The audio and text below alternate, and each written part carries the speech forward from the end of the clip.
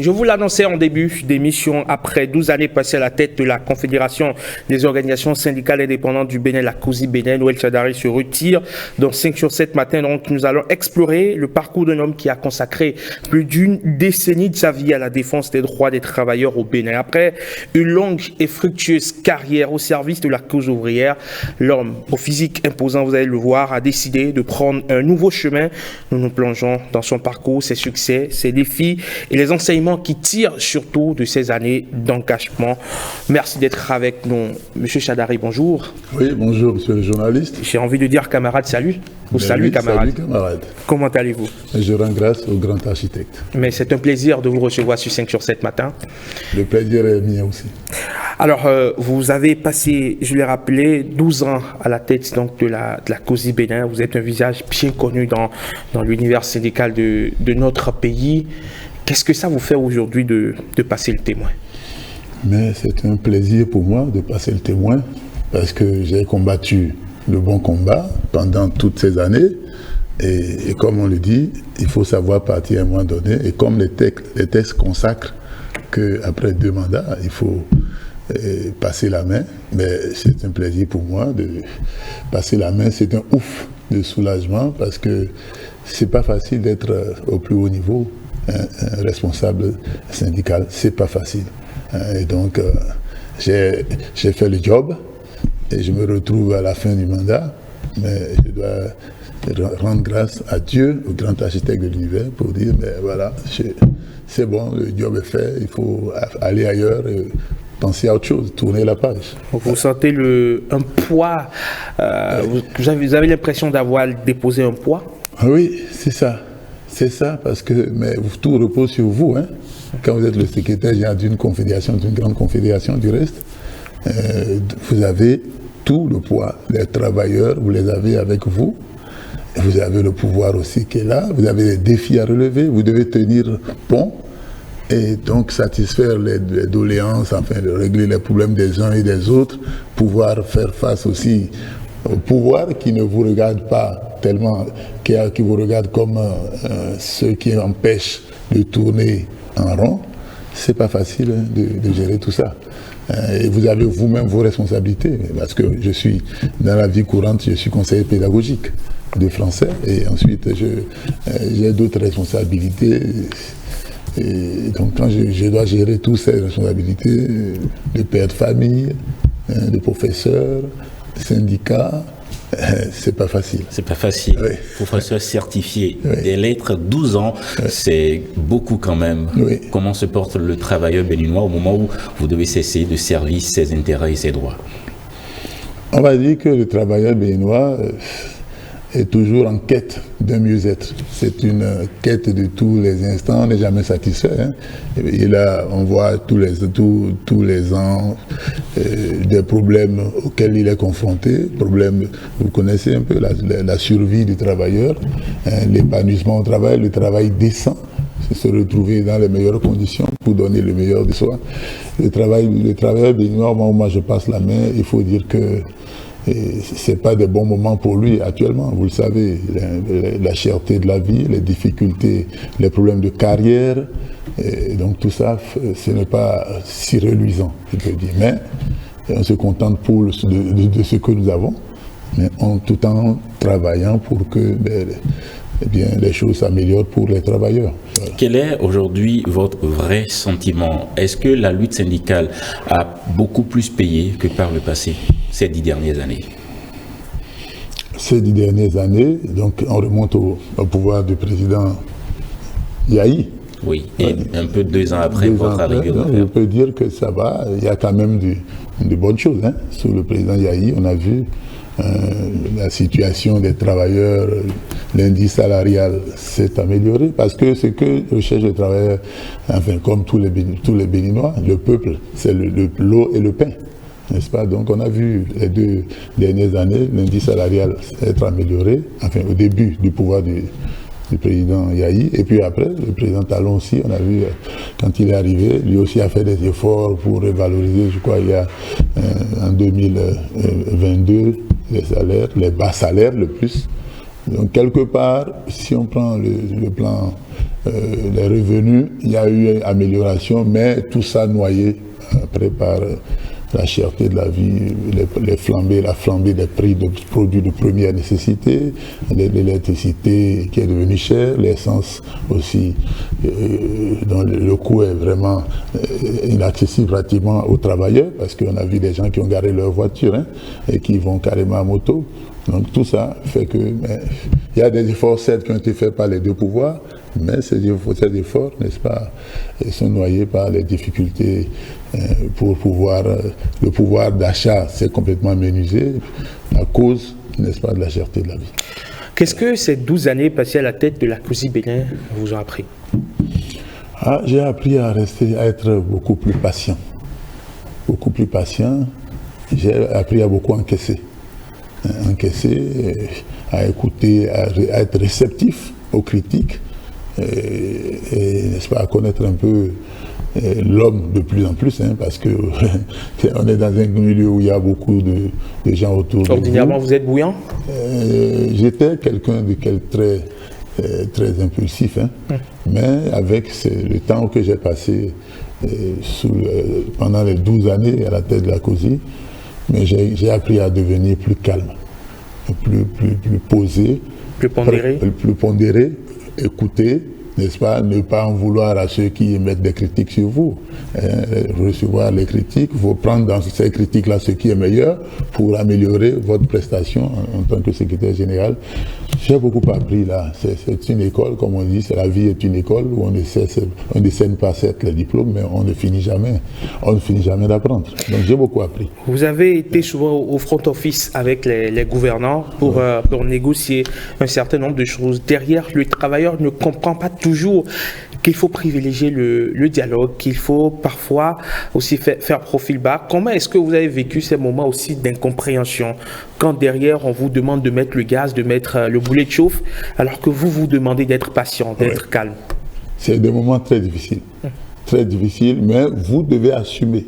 Parce que vous êtes le berger. Si vous devez suivre tout ce que dit, n'est-ce pas, la base, et vous allez sûrement conduire le troupeau dans le décor. Donc à un moment donné, il faut décider. Il faut décider et il faut assumer ses positions. On a vu, un exemple, c'est l'évaluation, n'est-ce pas, quand le gouvernement du président Talon a voulu faire l'évaluation, n'est-ce pas, il a dit, je vais évaluer, le chef d'État nous a invité au palais, je vais évaluer les reversés.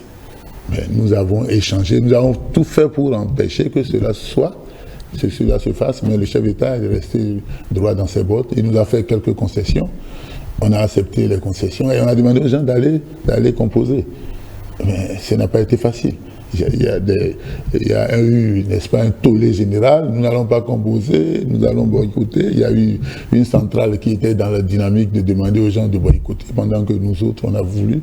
Et parce que ce jour-là, on a compris que, moi, personnellement, j'ai compris qu'il y a un projet. C'était un projet tout simplement de faire baisser la masse salariale, trouver des astuces, évaluer, c'était cela qu'on a mis de l'avant, mais il y avait aussi que on pensait que le rendement de ces reversés n'était pas un bon rendement, et donc il fallait revoir un peu les choses. Bon, là, on a assumé et ça a été très dur, parce que les gens nous ont traité de tout. À des moments donnés, ils ont pris de l'argent, ils ont fait ceci, ils ont fait cela. C'est des choses qu'on a entendues, mais il faut assumer, parce que j'avais la ferme conviction. Et si c'était à reprendre aujourd'hui, je reprendrais, j'aurais la même position. J'avais la ferme conviction qu'il fallait les amener à aller faire l'évaluation, sinon ils couraient un risque. C'est cela. Donc, quand on est convaincu, même quand dans l'adversité, dans, n'est-ce pas, les difficultés, on tient debout. Et après, ils ont compris. J'ai eu des travailleurs après qui m'ont dit, vous qui avez raison, mais il fallait faire une tournée pour nous expliquer. J'ai dit, mais le temps, la période là, je ne pouvais pas faire une tournée parce que vous risquez de me lyncher. Vous risquez de me lyncher. Parce que vous n'avez pas compris. Il y avait des gens qui ramaient à compte courant pendant que nous on allait dans une direction donnée. Et donc, il fallait vous dire tout simplement, donner la voie à suivre. Ils ont compris après. C'est un exemple, par exemple, pour les difficultés que nous rencontrons. On n'est pas souvent compris. Il y a aussi le pouvoir aussi, parfois, qui ne comprend pas. Mais on a fait des efforts pour vous, mais vous ne voulez pas céder, vous ne voulez pas comprendre. Et j'oublie que nous avons la base aussi. Et que la base, parfois, a son mot à dire. Il faut tenir compte aussi parfois. Pour les gouvernements, il en faut suffisamment, mais pour la base, ce n'est pas assez. Et vous êtes entre les deux. Oui, c'est ça. C'est pour ça qu'il fait la difficulté du rôle du secrétaire général que nous jouons. C'est très difficile, hein, vraiment difficile. Quel genre de conseils êtes-vous en train de donner actuellement à votre successeur en attendant la passation de charge de façon officielle? Faut-il nécessairement lutter plus pour gagner plus? Ben, vous savez, moi, je privilégie le dialogue. C'est un peu le credo de la COSI Bénin, dialogue, et ça, je lui ai dit, on va continuer d'échanger. C'est d'abord utiliser vos relations. Et donc pour ça, parce que nous ne sommes pas dans une relation d'adversaire, il n'y a pas d'animosité entre le pouvoir et nous. Nous sommes des partenaires. Et en partenaire, il faut pouvoir, on se respecte, on peut discuter en gentleman. Et donc ne pas voir l'autre comme un adversaire. Je lui dis, et c'est ce que moi j'ai utilisé comme chose. Si j'ai reçu beaucoup de choses pour les travailleurs, j'ai gagné beaucoup de choses dans les ministères de façon bilatérale, c'est ma confédération avec les ministères, c'est parce que je respecte les ministres, mais je trouve les astuces, le lobbying, le plaidoyer, les jeux de coulisses, pour régler des problèmes. Parce que si vous devez attendre, vous devez tout le temps crier. Vous voulez gagner quelque chose avec un partenaire, vous devez trouver les moyens pour le lui arracher. Et il faut être intelligent. Ce n'est pas en faisant du bruit, en insultant, en proférant des choses. Là, vous êtes un brave, on applaudit pour vous. Il est courageux, c'est lui qui est brave. Mais est-ce qu'au finish, vous avez gagné quelque chose pour les travailleurs? La violence verbale n'est pas forcément synonyme de l'obtention de bons résultats. Oui, le bruit ne fait pas du bien, le bien ne produit pas, n'est-ce pas? Entre le monde politique et la société civile, où faut-il espérer Noël Chadari bientôt? Bon, c'est une question à laquelle je réfléchis et toutes les cartes sont sur la table. Possible, n'est-ce pas, d'être dans la société civile, possible aussi d'aller vers la politique. Hein. Et à partir du moment où nous avons fini de faire le job sur le plan syndical, on revient un citoyen comme tout le monde. Et donc on a quand même la possibilité, n'est-ce pas, d'aller là où on estime qu'on peut encore continuer, parce que j'estime que je peux continuer encore de me battre pour que, n'est-ce pas, le social, n'est-ce pas, soit pris en compte, pour que les travailleurs puissent gagner un peu plus. Tout ça, je réfléchis un peu, où est-ce qu'il faut y aller, et toutes les cartes. En politique, certainement. Toutes les cartes sont sur la table. En politique, certainement. Et je ne pourrais pas vous le dire maintenant, parce que il y a toutes les possibilités. On peut aussi se retrouver dans les structures internationales où nous avons les travailleurs, le BIT, la CSI, c'est une possibilité. De toute cette large palette qui se présente à vous, puisque vous avez évidemment le choix, est-ce que la carrière politique ou l'option politique semble-t-il prendre le pas? Mais c'est pas à exclure, hein. C'est pas à exclure. On peut l'envisager. Il est envisageable. Donc on verra bien. En considérant bien sûr que vous restez fonctionnaire. Oui, je suis fonctionnaire et je suis béninois, je peux faire la politique, comme tous les béninois. Mais je n'exclus pas aussi les autres éventualités. Comme je l'ai dit, tout cela est sur la table, on est en train de réfléchir à ça. Monsieur Chadari, on sait qu'aujourd'hui la COSI Bénin est fondamentalement constituée des syndicats de l'enseignement et du secteur de la santé. Quel ont été ces moments charnières dans votre parcours de secrétaire général de la COSI Bénin? On se souvient qu'il y a eu des moments assez difficiles, comme cette grève de 2012 avec le corps enseignant, où on est passé par toutes les étapes, où on a parlé de grève, après de grève sur le tas, après on a parlé de radiation. On a vraiment cette année 2012, est-ce que vous pensez que ça a été vraiment un combat difficile dans votre parcours? Oui, naturellement. Quand vous enclenchez une grève, vous savez que vous n'allez pas dormir. Hein. Ce n'est pas de gaieté de cœur qu'on dit on va en grève. Hein. Ça c'est l'expérience. La grève, il vaut mieux ne pas aller en grève. Il vaut mieux ne pas décréter une grève. Si vous avez à choisir entre la possibilité de dialoguer, de négocier, il vaut mieux. Parce que vous êtes dans tous vos états. Quand vous décrétez une grève, vous avez le stress, la pression. Vous devez conduire le mouvement de grève avec succès. Vous devez aller à son terme. Vous avez, n'est-ce pas, les travailleurs qui, si plus la grève dure, il y a un risque d'échec. Parce que si ça dure, il y a un risque d'échec. Ça va s'essouffler et on vous aura à l'usure. Il y a eu des défalcations en son temps. Donc à ce moment, il y a eu, oui, c'est ça, et c'est bien ça. Et on a agi sur n'est-ce pas, le moral des travailleurs en procédant à des défalcations. C'est le président Yahi Boni, sous le président, on a défalqué. Mais bon, après, je crois que on a réussi à pouvoir leur reprendre un peu cela, parce que ça nous a quand même permis de gagner certaines choses. Hein. Il y a eu quelques problèmes de quelques trahisons au niveau des, n'est-ce pas, de ceux qui ont conduit le mouvement de grève, mais bon, nous avons pu gérer. C'était un peu une sorte de semi-échec, et c'était un peu difficile pour nous, parce que la grève c'est pas facile à gérer. C'est la même chose hein, en 2018, quand le président Talon est arrivé, il y a une grève. Parce que quand les gens disent, les syndicalistes sont où? Les syndicalistes sont là. Et on a eu en 2018 une grève qui a duré plusieurs mois, si vous vous rappelez. Et donc, parce qu'il y avait une volonté, n'est-ce pas, de faire voter une loi, et puis pour empêcher la grève dans certains secteurs. Et donc on a dit non, on a déclenché le mouvement de grève et ça a duré. Et après cela, cette période-là a été aussi très difficile, des rencontres avec le chef de l'État et tout.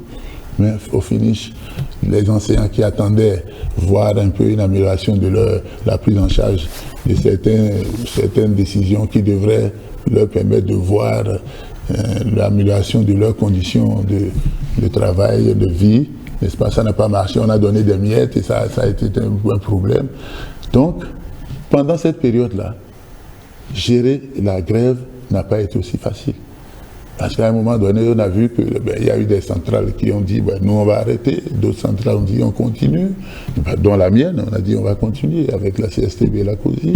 Après, c'était c'était des moments de tension très difficiles, des moments où on apprend, parce que moi j'ai appris, tous les jours on apprend. Dans l'humilité, on apprend toujours de ce qu'on fait, parce qu'on n'est pas parfait. Alors, vous avez mené des luttes avec des figures bien connues hein, du syndicalisme dans notre pays. On pense par exemple à Dieudonné Lokossou, à Gaston Azoua, de regretter mémoire, à Paul Esseïko, qui lui est toujours là, à Laurent Métoyon. Sont vos compagnons d'infortune. Qui sont demeurés-ils? Mais oui. Moi, je dois vous dire que tout à l'heure, j'ai eu un peu la chair de poule quand vous avez évoqué certains noms. Hein. Gaston Azoua, et je crois que ensuite Lokossou Dieudonné, qui est un compagnon de tous les jours, de tous les instants, seulement la nuit qui nous sépare, les maisons qui nous séparent. J'ai appris à leur côté. Quand je suis arrivé en 2012, j'avais Azoua et Lokossou, il y avait aussi Todinou, Pascal, qui lui est là, avec qui je continue d'avoir de très bonnes relations. Nous nous appelons, il n'y a pas de semaine ou pas de quinzaine où on ne s'appelle pas, on ne se voit pas. Ceux-là, j'ai appris à leur côté, et c'est des gens qui m'ont marqué positivement, parce que ils m'ont pris arrivé jeune secrétaire général en 2012, mais ils ne m'ont pas rejeté. Pourtant, nous sommes des chapelles syndicales différentes, mais on a eu de très très bons rapports. Et l'un d'entre eux était pratiquement mon grand frère de tous les instants. Lokossou, à son âme, Lokossou Dieudonné, qui n'est plus de ce monde.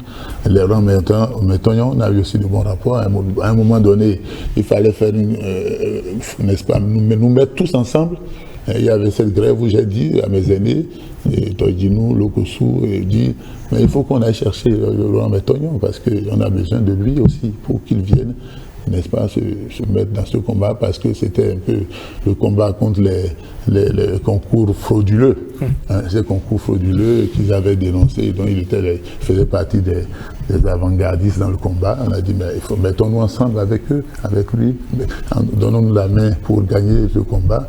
Et je crois qu'on a fait annuler ce combat. On a fait annuler ce concours. Et ensemble, donc voilà un peu, c'était de bons moments pour moi, avec ces personnes que vous avez évoqué. Que dites-vous sur l'actualité où vos camarades ou vos anciens camarades continuent de lutter pour négocier ou lutter pour faire baisser le coût de la vie? Ce n'est pas encore des anciens camarades. Parce que je viens fraîchement de faire le congrès de ma confédération. Il y a un secrétaire général qui est élu. Mais je suis toujours en fonction. Et quand je passerai service, là, vous pourrez parler d'anciens camarades. Mais ça ne va pas aussi. Même anciens, ils demeurent des camarades. Oui, ils sont des camarades. Et je suis dans le combat avec eux. Je suis dans le combat avec eux. C'est un combat juste. Un combat juste. Et ce qu'on demande, on ne veut pas la barbe du bon Dieu. Ce qu'on demande, c'est qu'il faut travailler à faire baisser le coût des produits de première nécessité, parce qu'on a apprécié qu'on ait augmenté les salaires, on a, n'est-ce pas, revalorisé les salaires en son temps, on a apprécié pour les collectivités locales, pour les agents de la fonction publique, les fonctionnaires, mais tout ça est devenu, on ne sent plus, on ne sent pas qu'on a augmenté les salaires. Donc, c'est un combat juste. Et c'était les trois centrales, CGTB, CSA, UNSTB, qui avaient démarré, n'est-ce pas, qui avaient voulu faire la marche. Et moi, j'ai dit, non, la Confédération vient aussi. Ça fait qu'on est les quatre dans ce combat. On a fait les formalités pour que nous puissions marcher. Moi, je crois que ce qu'il faut faire, ce qu'il faut aujourd'hui, c'est le chef d'État doit, n'est-ce pas, prendre la décision de recevoir les travailleurs ou bien de demander à la commission permanente d'ouvrir ces travaux pour échanger. Justement, que devient ce cadre de dialogue? Parce que, oui, le cadre, il fonctionne, c'est un peu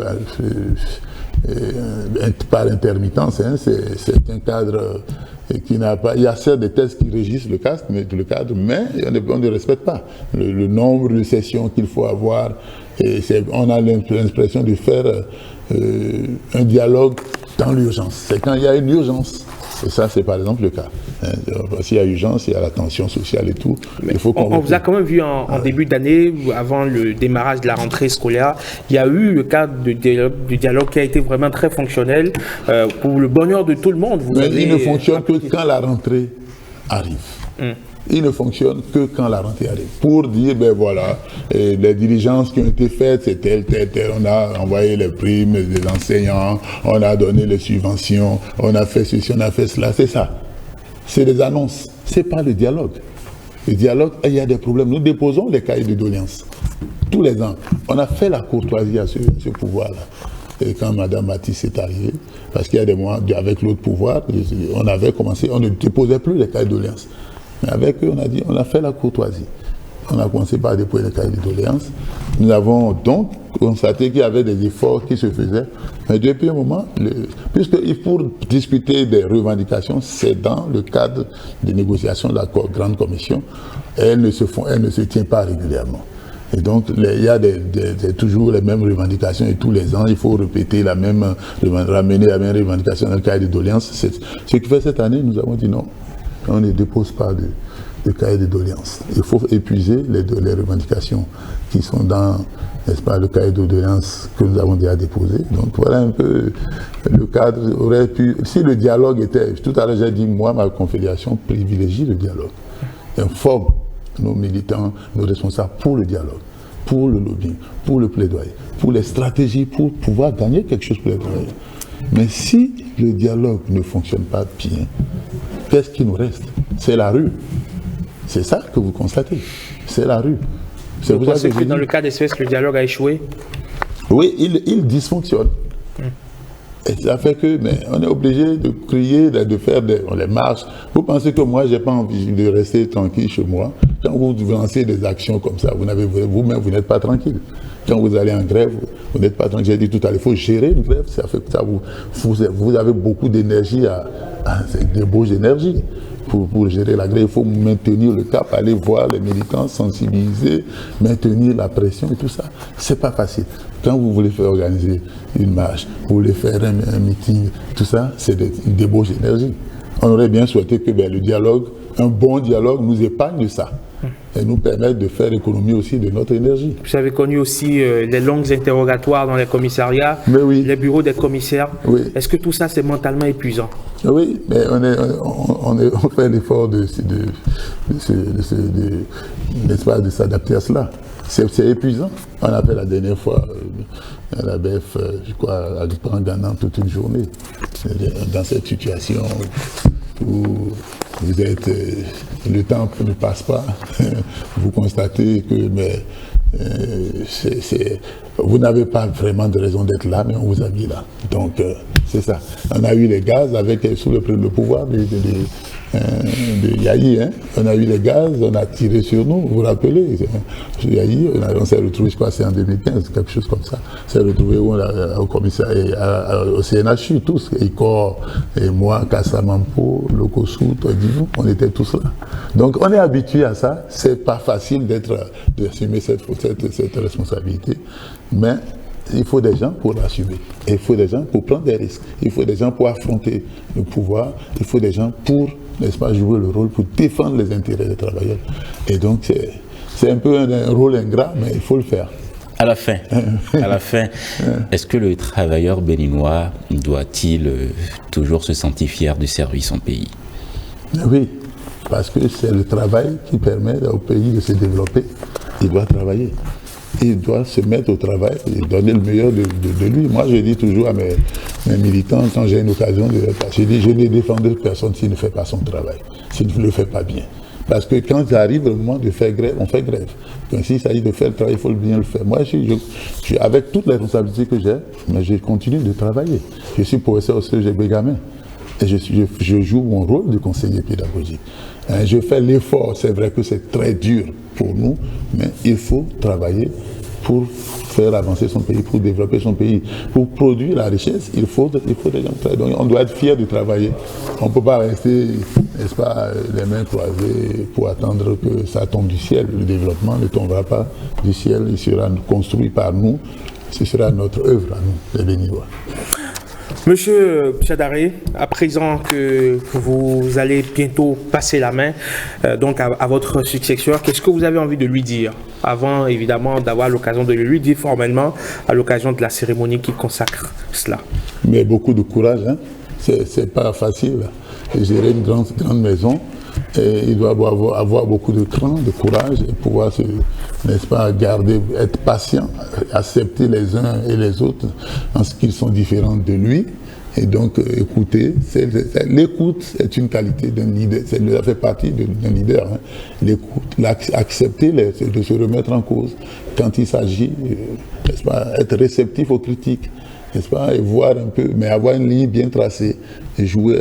On va travailler avec lui pour l'aider, n'est-ce pas, pour qu'il puisse, je serai peut-être dans l'ombre quelque part, en train de lui donner des conseils, pour lui dire voilà, fais comme ça, parce que c'est une maison qui me tient à cœur. C'est un peu, pour moi, j'y ai travaillé, j'ai eu la COSI, c'était avec 41 syndicats.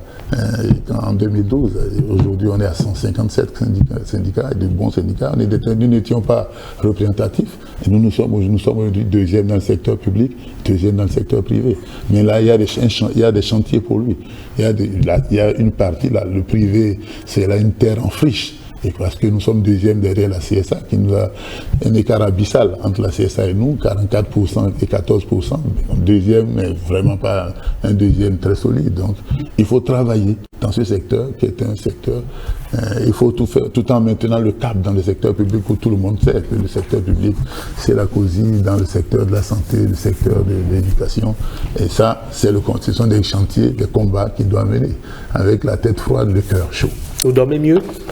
Mais je dois dire que j'ai bien dormi le samedi, hein, le vendredi plutôt nuit, parce que le congrès s'est bien déroulé, il n'y a pas eu d'accroc, c'était un congrès de la maturité, tout s'est bien passé, on a senti que ce n'était pas le cas en 2012, hein, c'était très chaud. Et ici, cette fois-ci, mais ça s'est très bien passé, je suis rentré, j'ai dit ouf! Il y a un gros bagage que je suis en train de décharger. Et il n'est pas encore totalement déchargé, mais je crois que quand je passerai le service, je pourrais dire maintenant, je peux regarder ailleurs et me battre sur d'autres chantiers. C'est avec plaisir que nous vous aurons encore sur ce plateau ou ailleurs, en qualité, pas de syndicalisme, mais peut-être de consultant ou de personne ressource. Oui. Merci d'être venu sur 5 sur 7 matin. Merci aussi. Merci, M. Tchadaré, d'être passé sur 5 sur 7 matin. On va dire passer en revue ces années de syndicalisme, ces années de militantisme pour les droits des travailleurs. Ce n'est pas toujours facile, mais vous avez tenu, comme vous l'avez dit vous-même, vous avez mené le bon combat. Et aujourd'hui, vous partez avec beaucoup de bonheur, avec beaucoup de fierté surtout. Merci d'être passé sur 5 sur 7 matin. On vous souhaite une bonne journée de lundi, un lundi assez pluvieux sur Cotonou et environ. Mais vous êtes arrivé quand même, venu faire l'exercice avec nous. On vous en remercie. 5 sur 7 matin. Il est l'heure à présent de suivre Marcel Rossi dans sa livraison des informations, le premier grand format de l'actualité sur la télévision nationale.